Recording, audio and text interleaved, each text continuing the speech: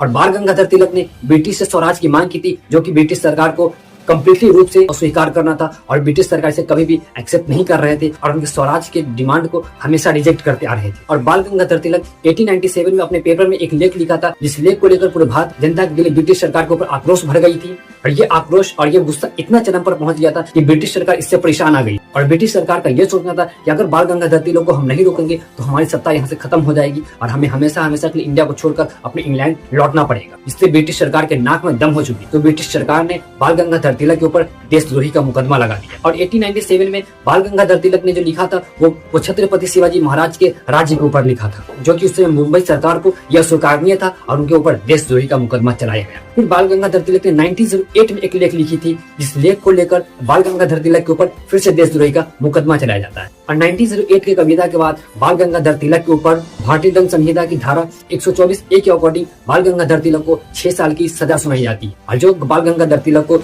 arrest कर